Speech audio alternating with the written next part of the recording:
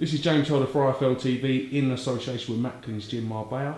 I'm at the Platinum Plus Community Centre today for Tyson Fury's media workout. With me, I've got Tyson's trainer Peter Fury. What's happening, Pete? Yeah, not much, James. Just doing the normal shit every day. Indeed. Do you guys enjoy these kind of days? Is it a change and a break for the fighters coming close to the fight, or do you see these as a distraction? No, not really. It's all part and parcel of the job, isn't it? Yeah. So it's nice to see a few faces and that, and it's all right. It's good. Indeed. How much of the stuff you do today would be what you normally do with Tyson when the cameras ain't here? Well, we don't break regime at all. So you'll see today what you'd see you'll see a proper gym workout. That's interesting to hear that. We're just going to get on with it. Yeah, a lot of the trainers kind of dumb it down a little bit for the cameras, or maybe go for a pad routine. But you guys will do pretty much what you would normally do. Well, obviously we'll do our normal job, and obviously we don't give tactics away and things like that. Of course. You know, they'll still train. The ones that's training, they'll train hard, yeah. Mm-hmm. How would you define Tyson's mindset at the moment, his mood coming into this fight? His mindset's always right, isn't it? He's ready, excited, ready, and it's there'll be no excuses. Either he's going to do it, or he can't. He'll either live up to what he's saying he can do, or there's only two options, isn't there? But he's ready, and he's very confident. How much of a threat does this Dereck Chisora oppose to the Dereck Chisora he fought when he was 22? Every heavyweight's a threat out there, and this is no disrespect to Dereck, but really Tyson's going to go on and unify to titles and be as good as what we think he is. Dereck shouldn't be giving the Tyson Furies of the world major problems. Does a fight with Klitschko something Tyson talks to you or thinks about a lot? No, because obviously we get setbacks, and fights are never made until they're made. Anything can go wrong. 24 hours before a fight, anything can happen. So basically, we're only excited when we're in that ring, we're at the venue on the evening, and it's happening. So we don't speak about Klitschko at all. He's got defences. He could come unstuck himself. Who knows? So anything can happen in heavyweight boxing. Tyson Fury probably is the most spoke about, probably charismatic character in British boxing at the moment. Do you think that's a fair statement? Yeah, I can imagine, because there are a lot of the other heavyweights that can't speak, or they don't want to speak. So he's good for boxing because he creates that much interest in it. He's a good character, which helps the sport. Do you think he's got a lot of crossover appeal, Tyson Fury, in terms of that word in the bubble, in the boxing bubble? He can go on from that. Yeah, he can. He's an historian in his boxing. He knows boxing a lot better than people think, and he knows every weight division. Even the amateurs, he's up to speed with it all. So he's a good analyst, and so it's like I said, he's a good character for boxing. It's interesting you should say that. Last time he spoke with Coogan, his knowledge, as I said, he was going through a lot of fighters and a lot of their fights that they've got coming up. So he's very aware of what's going on, isn't he? Yeah, he's very aware. Yeah, in between sessions, he'll sit in his room on the iPad and he'll just go through everything. He likes to know exactly what's going on with upcoming fights, who's fighting or whatever. Has he ever done any commentating before or anything like that for McKenzie? Yeah, he has. He's done a bit of commentating. He also commentated on Huey's fight at the Bell Centre in Canada. So he done a bit there for some television, ESPN or something like that. So he's quite good at it. He'll be a good. I think after boxing, he'll make a very good boxing analyst for sure. Yeah, 100%. He's never short of a few words, is he? A few might turn into the odd 100, I think. Yeah. It seems like you've got a great group of heavyweights in the gym, so no doubt everything's self-contained from the sparring. Will you just utilise the sparring partners around for this camp? No, I've got 6. We've drafted in 6 sparring partners from different parts of the world. So I've got 4 sparring partners arriving here Saturday, and they will start full-time sparring on Monday. And I've got 2 sparring partners already here. So basically, he's got plenty of sparring, fresh sparring that he can open up on and unload. So, like I said, There's no excuses, no expense spared, and he's got the best of sparring, so he's ready. Is there any worry from your behalf that Tyson tends to look better against bigger men? Maybe sometimes the smaller heavyweights, maybe takes him a little while to work them out. Is that something that crosses your mind? Well, everything's got to cross your mind, hasn't it? Because I've got to account for everything that the opponent's going to bring into that ring. So they've done their studying of Tyson, and I've just got to make sure whatever game plan they bring, we've got to counter to it. So yeah, everything is a risk, isn't it? Everything's a problem. So we have to negate that problem. Mm.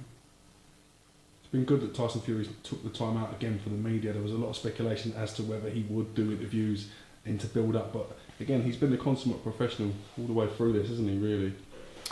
Yeah, he's just looking forward to the fight. We're looking forward to getting the 29th out of the way and just relaxing over the Christmas and getting on with next year.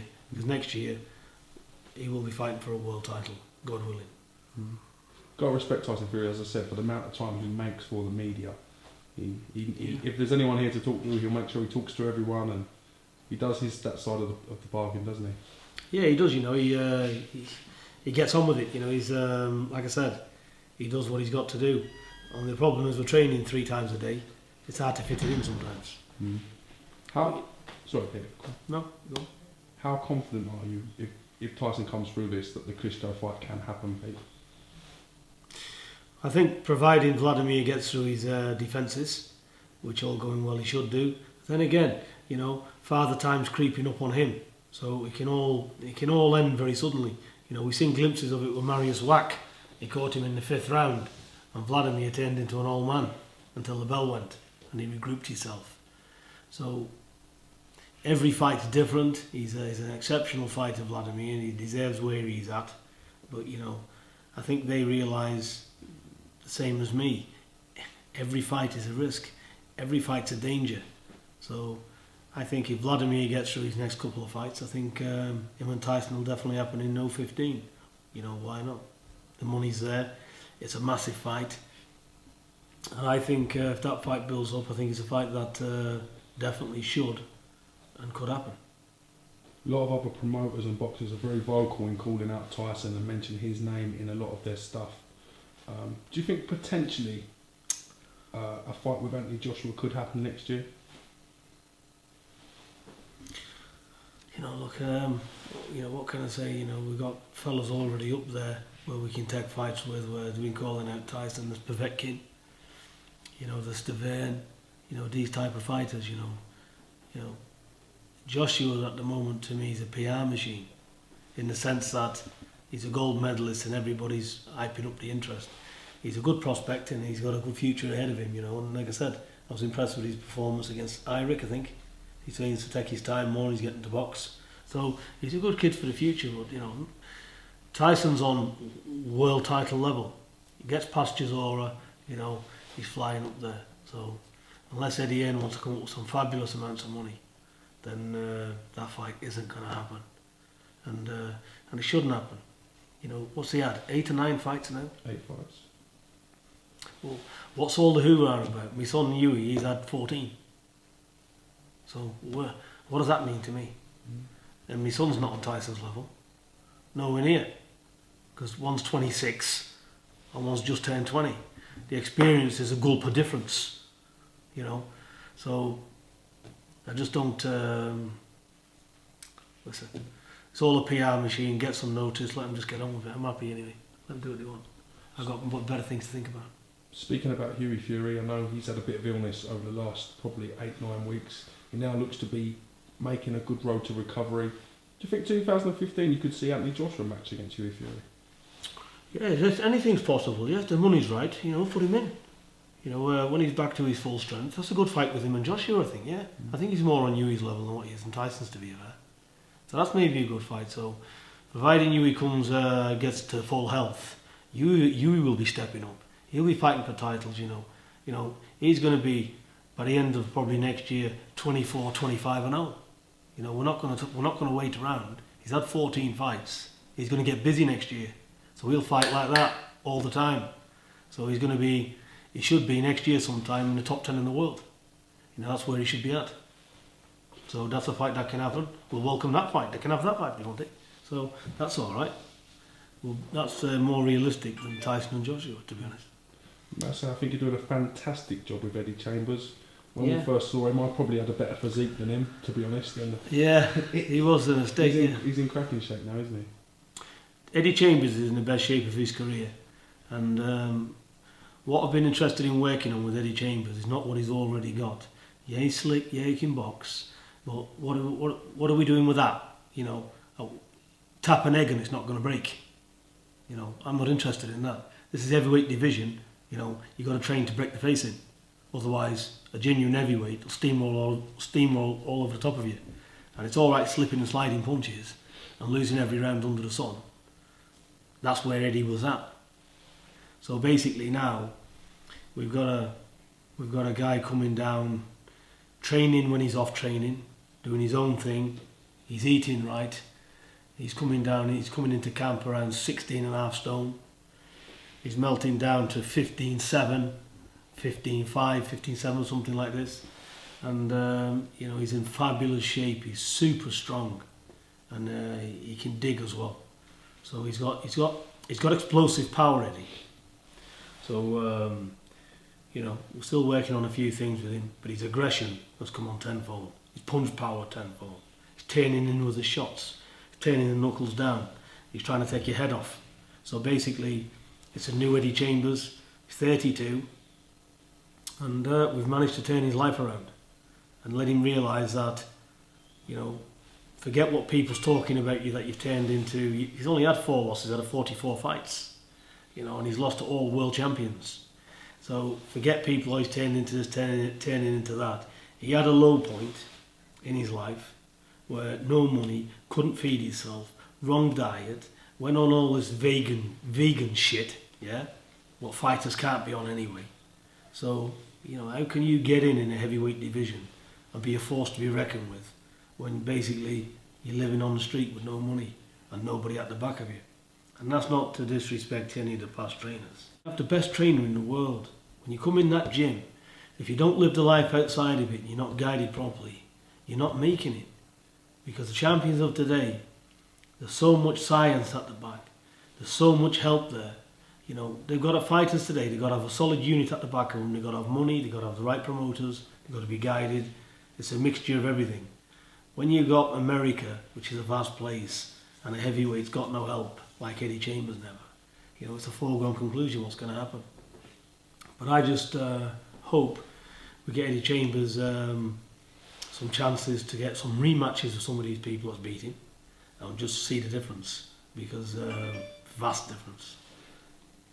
It'd be great to see him in a real test. No disrespect to his fight on Saturday in Sacramento. We've seen him fight a few times. No, I agree with you. All these are journeymen, you know. These are just takeovers keeping Eddie busy. You know, every heavyweight's dangerous to a degree, but I'm comfortable, you know. I think Eddie'd have to break an arm and a leg to lose against these type of opponents. But, you know, we're just keeping him busy, keeping him out there until a big fight comes. And but next year, he will get big fights. We've tried making some fights for him. I don't want to go into names, but they've backed out. You know, these fights has not happened, and there has been money offered. So, for whatever reason, they know these fights hasn't happened. You know, we'd have loved to get Shagger if we won that thing. You know, we got offered that fight with 24 hours notice. I said to Eddie, get ready to get on the plane. So we was going to do that. So it's not holding Eddie back. So we'll fight anybody for Eddie. So, but like I said, they're not jumping up to step forward. No one is, and that goes for England. All the prospects in England, whoever they may be, nobody's jumping up and down and saying, I'll take Eddie. No promoters that keep calling out Tyson and everybody else. They're not looking up and saying, I'll take Eddie. So you can see the point, can't you? So we've got a PR bullshit machine running. Yeah? Because when it comes down to real fights, I've got lads in my gym. And if they lose, they lose. But one thing for sure, they'll fight. They'll fight what I say. And these fighters of mine will fight anybody. I don't give a shit who they are. So that's what they're here for, training 3 times a day. So when we try and make the fights and it doesn't happen, we've got to get who we can. So that's where we are with Eddie. So he's got a fabulous future ahead of him, Eddie. And I predict good fights for him. Whether he's going to win a world title or not, God only knows, but he will. I see him getting a world title shot again. And I think anybody that's similar sized to Eddie, I think he'll win a world title. He's got that much skill. But obviously the fighters today are like dinosaurs. So he's got to work on that, so we just don't know. But we're still working on things with him on an elite level, Eddie Chambers. So yeah, we're hoping for big things for him. One fighter that you have got that really excites me is the Major, Arthur Iqbal. He looks like a very, very good talent and a very good prospect. Well, actually, Arthur Iqbal is not my fighter, so he's here. Do you train him? Yeah, he's here training. Now, I know him. He's always trained from a young lad with Clifton Mitchell, who's a close friend of mine. Yeah. And he's always trained with him. Now, they've had some problems between them, and I know he went and boxed on Eddie Hearn's show. So, you know, and we know him, and we know the family, they're good friends of ours. And he's welcome here. He's been sparring with Tyson, and yeah, he's been training, but actually he's not under me. He's here as a friend to help out. But he's another serious threat. Yeah, well, if he's looked after properly, because Clifton, he's trained him from a young lad, and the skills that he's given is second to none. This kid can really fight Arthur Iqbal. So if he gets his act together and starts full-time training properly, you know, he can do big things. I think he's the best light heavyweight in Britain right now. Do you without think, a shadow of a doubt. We've got essentially to say that tomorrow on Saturday we've got Bob Adjazaf versus Dickinson rather. Yeah. Tough fight. I would like to see that fight. I just see Arthur Iqbal in different leagues, to be honest. He's got all the skill in the world. He can take a shot. He's basically just got to be full-time into professional boxing. So I've had long chats with him since he's been here. You know, he's a lovely kid as well, and you know, he's just got to get his head right and just get his head down and fully focused, which he is. He's already, you know, he came into camp around 15 stone or something. He's already down now below, I think he's around 14 stone or something. So he's getting in super shape. He's been training with the boys every day, 3 times a day, and you know, he's got it all there. So there's a big future for Arthur Iqbal if he fully dedicates. But you know, it's boxing, and boxing is not just about having the skill set. You've got to have everything. You need total dedication. Yeah. And I think once he sorts out his managerial role or what he's going to do and finds a niche where he's happy with it, I think then he can go on and do big things. It's interesting that you let him use the gym and use the camp when you've got no vested interest or no business interest involved with him. So again, credit to yourself, and that's a side to you guys that probably people didn't see before, you know. Well, I'll help out anyone that needs my help and they're genuine, and you know, that's what we're here for. And I've got the same with Michael Sweeney. You know, he's not my fighter, but he's come over. We know him. He's a nice kid, and I've been training him for his fight with Tim's in Ireland on the 15th of November. Yeah, you're going to go over? I'm going to go over, yeah, and I'm going to do his corner. You know, but I've done the best I can with him, considering I've only had 3 weeks to get him ready. Yeah. But in them 3 weeks, he'll be a lot different fighter than what he's ever been. So he's been looked after. He's doing some excellent rounds with Callum Johnson. He's just done 7 or 8 rounds this morning with Callum Smith. Yeah. So he's had the best of training. He's been looked after. He's got his diet right. So that's going to be an interesting fight. I don't know anything about Tim's, to be honest. And like I said, Michael's not my fighter. But you know, it doesn't matter to me fighter or not. I give them all the support and help they need. So if they come to me and ask for help, I'll help them out. Well, listen, Pete, I really appreciate you giving me some time today. As I said, thank you for opening up your camp to the media, mate. No, it's a pleasure for you to come and interview us, so we're happy with it. It's all about getting out there, giving the fans what they want, letting them hear what happens for real life at the back, what happens in boxing. Yeah. And this is what it's all about. It's about putting on a good show, for me, training the fighters to get out there and produce world-class fights, instead of putting the telly on and seeing a lot of boring shit. And I think to myself, go and retire, go and get a job in McDonald's. Shouldn't even be in there, some of them, yeah? Because they're taking the excitement out of boxing. So let's try and make exciting fights. And that's what we aim for, isn't it? to make fights where people's going to see and say, you know, that was a good fight. And, you know, that's what the major interest is. I know there's business at the side of it, but for me, I like to see a good fight. And if I can prepare fighters to produce good fights, that's what it's about. Thanks for giving me some time, Pete. I really No appreciate problem. it. Anytime, James. Catch you again, Wilson. Thanks Thanks you, a sir. lot.